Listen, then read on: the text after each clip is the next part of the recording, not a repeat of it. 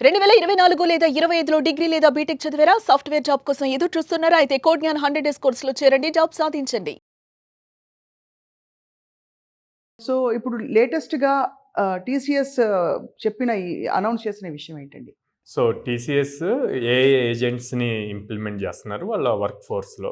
Right. So, అది implement చేయటం వల్ల కొన్ని బేసిక్ లెవెల్ జాబ్స్ అన్నీ లే ఆఫ్స్ అవుతాయి. రైట్. కాకపోతే ఏఐ వస్తే అందరూ జాబ్స్ పోతాయి అంటున్నారు. అవును. ఎవరైతే ఏఐ నేర్చుకోకుండా అప్‌స్కిల్ అవ్వకుండా ఉంటారో ఆ హ్మ్. బేసిక్ లెవెల్ సింపుల్‌గా చేసే టాస్క్స్ అన్నీ కూడా అవన్నీ కూడా పోతాయన్నమాట. ఆ లెవెల్ ఆఫ్ జాబ్స్ అన్నీ. ఆ! కానీ ఎవరైతే నేర్చుకుంటారో వాళ్ళకి ఉంటాయి, జాబ్స్ ఉంటాయి. సో, దీనికి best example just 3 days back Google CEO Sundar Pichai statement ఇచ్చారు. హ్మ్. ఏఐ వల్ల జాబ్స్ పోవటం కన్నా ఎక్కువ క్రియేట్ అవుతాయి, ఏఐని మీరు న్యూ థింగ్స్ ఇన్వెంట్ చేయడానికి యూజ్ చేసుకోవాలి అని చెప్పి ఇచ్చారు. రైట్. సో ఈవెన్ తను ఇచ్చారు, గూగుల్లో 30% ఆఫ్ కోడ్ ఏఐ తోటే బిల్డ్ చేస్తున్నాం ఇప్పుడు. హ్మ్. So basic level code build చేస్తున్నారు, కానీ అడ్వాన్స్డ్ కోడ్ బిల్డ్ చేయాలి అంటే కనుక కంపల్సరీగా హ్యూమన్ ఇంటెలిజెన్స్ ఉండాలి. అంటే బేసిక్‌గా మనం చెప్పేది ఏంటంటే నిజంగా మన మెదడుకి మరింత పదును పెట్టే వాతావరణం రాబోతుంది. అవును, అంతే కదా? అవును. బికాజ్ చాలా మంది మీరు అన్నట్టుగా ఇప్పటికే బాట్స్‌కి దానికి మారిపోయారు. సింపుల్ రెగ్యులర్ ఎగ్జాంపుల్ చెప్తాను. నా చిన్నప్పుడు ల్యాండ్ ఫోన్స్ అవును. ఊర్లో ఒక 6-7 హౌసెస్లో ఉండే, 6-7 హౌసెస్లో ఉండే. ఎవరైనా కాల్ చేయాలంటే అక్కడ కాల్, లేకపోతే ఎస్టీడీ బూత్స్ ఉండే. అవును. ఎస్టీడీ బూత్స్కి వెళ్ళి కాల్ చేసేవాళ్ళం. ఎస్టీడీ బూత్స్ నుంచి 1 రూపీ కాయిన్స్ వచ్చాయి, 1 రూపీ కాయిన్ డైలర్స్ వచ్చాయి. అవి మల్టిపుల్ ప్లేసెస్లో వచ్చాయి. ఆ తర్వాత నుంచి మొబైల్స్ వచ్చాయి, మొబైల్స్ నుంచి స్మార్ట్ ఫోన్స్ వచ్చాయి. టెక్నాలజీ పెరుగుతుంది, టెక్నాలజీతో పాటు మరి జాబ్స్ కూడా పెరిగినాయి కదా. అవును. అంతే కదా. సో ఇప్పుడు భయపడుతున్నారు. అట్లాగే ఇంకో ఎగ్జాంపుల్ తీసుకుంటే, ఫస్ట్ సైకిల్స్ ఉండేవి, సైకిల్స్ తర్వాత ఆటోస్ వచ్చాయి, ఆటోస్ తర్వాత కార్స్ వచ్చాయి, క్యాబ్స్, అక్కడి నుంచి ఫ్లైట్స్ వచ్చాయి. అదే. కానీ అది అక్కడ కూడా ట్రాన్స్పోర్ట్ లెవెల్ పెరుగుతుంది, ఇన్నోవేషన్ పెరుగుతుంది, అంతే కదా. అన్నీ. సో స్టార్టింగ్లో భయపడినా అంత భయపడాల్సిన అవసరం, మనం ఆ టెక్నాలజీకి సంబంధించి అప్ స్కిల్ అవుతూ ఉంటే కనుక సేఫ్ సైడ్ ఉంటాం. అది అంటే ఇప్పుడు కానీ ఇక్కడ ఛాలెంజ్ ఏంటంటే సాయిరామ్ గారు, ట్రెడిషనల్గా ఉండే కోర్స్ కరిక్యులంలో ఎంతవరకు దీని తీవ్రతని గ్రహిస్తారని చెప్పి, అరే మన వెంటనే అప్గ్రేడ్ అవ్వకపోతే మన స్టూడెంట్స్ తర్వాత వాళ్ళకి ఇబ్బంది అవుతుందని. సో కంపల్సరీగా అప్గ్రేడ్ అవ్వాలండి. ట్రెడిషనల్ కోర్స్లో ఏఐని ఇంప్లిమెంట్ చేయాల్సింది, అది మాకు కూడా పెద్ద ఛాలెంజ్. అంటే మేము ఎక్స్పెక్ట్ చేయలేం కదా ఇంత ర్యాపిడ్ స్పీడ్తో చేంజ్ అవుతూ ఉంటుంది అని చెప్పి. అవునవునవును. ఫస్ట్ డేటా సైన్స్ వచ్చింది, డేటా సైన్స్ నుంచి ఏఐ వచ్చింది, ఇప్పుడు ఏఐ ఏజెంట్స్ వచ్చాయి. ఏఐ ఏజెంట్స్ అంటే అసలు ఏంటండి? ఓ 5-6 మెంబర్స్ చేసే వర్క్ అంతా కూడా ఏఐలో ఒక్కసారి ఆటోమేట్ చేస్తే అదే చేసుకుంటూ వెళ్ళిపోతుంది. అవును. సో అక్కడ హ్యూమన్ ఇంటర్ఫిరెన్స్ అవసరం ఉండదు అనమాట. రైట్. సో బేసిక్గా ఏఐ అంటేనేమో మనం కొన్ని ఎగ్జాంపుల్స్ ఇచ్చి దాన్ని ట్రైన్ చేయాలి. అవును. ఓకే, ఒక్కసారి ట్రైన్ చేసిన తర్వాత అది రియల్ టైమ్ సినారియోస్ చూసి దానంతట అదే నేర్చుకుంటూ వెళ్ళిపోతాను. అక్కడే ఏ ఏజెంట్స్ వచ్చేస్తాయి.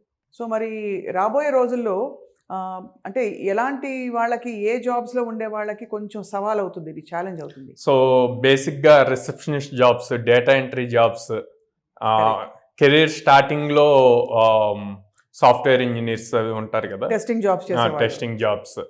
సో ఇవన్నీ కూడా పెద్ద క్వశ్చన్ మార్క్ అయిపోతుంది. అంటే మనం విన్నది ఏంటంటే చాలా చోట్ల అసలు లింక్డ్ఇన్ లో కూడా మేబీ అప్లికేషన్స్ యాక్సెప్ట్ చేయట్లేదు, సంథింగ్ లైక్ దట్. దాని సో ఎందుకంటే ఓపెన్ ఏఐకి ఇన్వెస్ట్ చేసిందంతా కూడా Microsoft. LinkedIn is related to Microsoft company కదా. సో అక్కడ వాళ్ళు చాలా క్రిటికల్ గా ఎవరైతే ఏఐలో బాగా ఎక్స్పర్ట్స్ ఉన్నారు ఏంటి అన్నది చూసే, ఈవెన్ ఇప్పుడు స్టార్టప్స్ కూడా వాళ్ళ వర్క్ ఈజీ అవటం కోసం ఏఐలో ఎవరికి నాలెడ్జ్ ఉందన్నదే ప్రిఫర్ చేస్తున్నారు. అంతే కదా. ఇప్పుడు పాజిటివ్స్ మాట్లాడదాం. అంటే మన ఏఐ భయపడుతుందని అనుకోకుండా, ఈ గత ఐ థింక్ 3-4 ఏళ్లలో మీరే చాలా మార్పులు చూస్తుంటారు. ఎలా ఏఐ మన జీవితాల్లోకి, మనం సాఫ్ట్వేర్ లో ఉండక్కర్లేదు, మీకు అంటే మీరున్నారు, మనం డైలీ యూజ్ చేస్తున్నాం కదండి, మొబైల్స్ చేస్తున్నాము, మెటా వచ్చేసింది, చాట్ జీపీటీ వచ్చేసింది.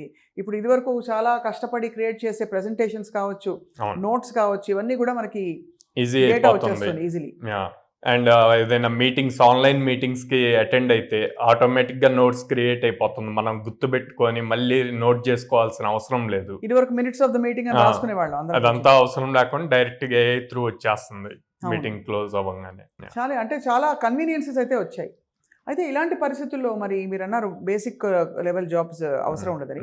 ఇప్పుడు బేసిక్ లెవెల్ జాబ్స్ లో ఉన్న వాళ్ళకి ఏమిటి, వాట్ ఈస్ ద ఆల్టర్నేటివ్ ఇప్పుడైతే? For suppose data entry jobs చూద్దాం.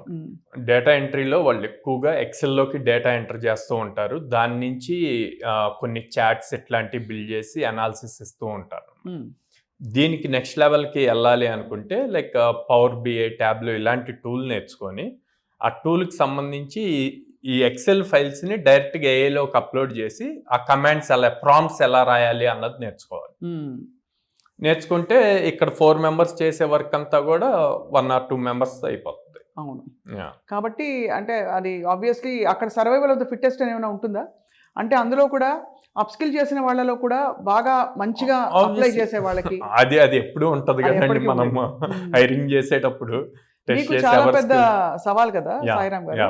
బికాస్ కోడ్ గ్యాన్ లో కూడా మీరు యాక్చువల్లీ ఒరిజినల్ గా మీరు కోర్సెస్ పెట్టింది మామూలు డిగ్రీలు తీసుకుని బయటపడ్డ వాళ్ళకి ఎటుపోలో తెలియదు. అట్లీస్ట్ ఒక ఉద్యోగం ఉంది అని, ఒక మంచి ఇండస్ట్రీ ఎంట్రీ రావాలంటే కొన్ని కోర్సెస్ అవసరం అని చెప్పారు. ఇప్పుడు మీరు మీ కోర్స్ కరికులంలో ఎలాంటి మార్పులు చేశారు? సో మా కోర్స్ మేము ఫుల్ స్టాక్ కోర్సెస్ చేస్తాము. ఓకే ఫుల్ స్టాక్ కోర్స్ చేసినప్పుడు వీళ్ళు ఫ్రంట్ ఎండ్ చేయాలి, డేటాబేస్ చేయాలి, బ్యాక్ ఎండ్ చేయాలి. ఇదంతా ఒక ప్రాజెక్ట్ బిల్డ్ చేయడానికి వర్స్ట్ కేసులో ఒక 4 members కలిసి కూర్చున్నా కూడా ఒక 10 days పడుతుంది అప్రోప్రియేట్గా మొత్తం ప్రాపర్ బిల్డ్ చేసి డిప్లాయ్ చేయడానికి. ఇనీషియల్ స్టేజెస్లో మేము నేర్పించాం, ఎందుకంటే కాన్సెప్ట్స్ నేర్చుకోవటం ఇంపార్టెంట్. నేను ఏఐ యూజ్ చేసేటప్పుడు చాలా మిస్టేక్స్ ఫైండ్ అవుట్ చేశాను, చాట్ జీపీటీ నుంచి కానీ జెమినీ నుంచి కానీ అది ఇచ్చేటప్పుడు.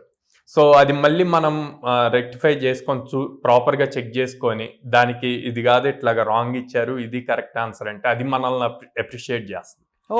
అది లెర్నింగ్ స్టేజ్లో ఉంది.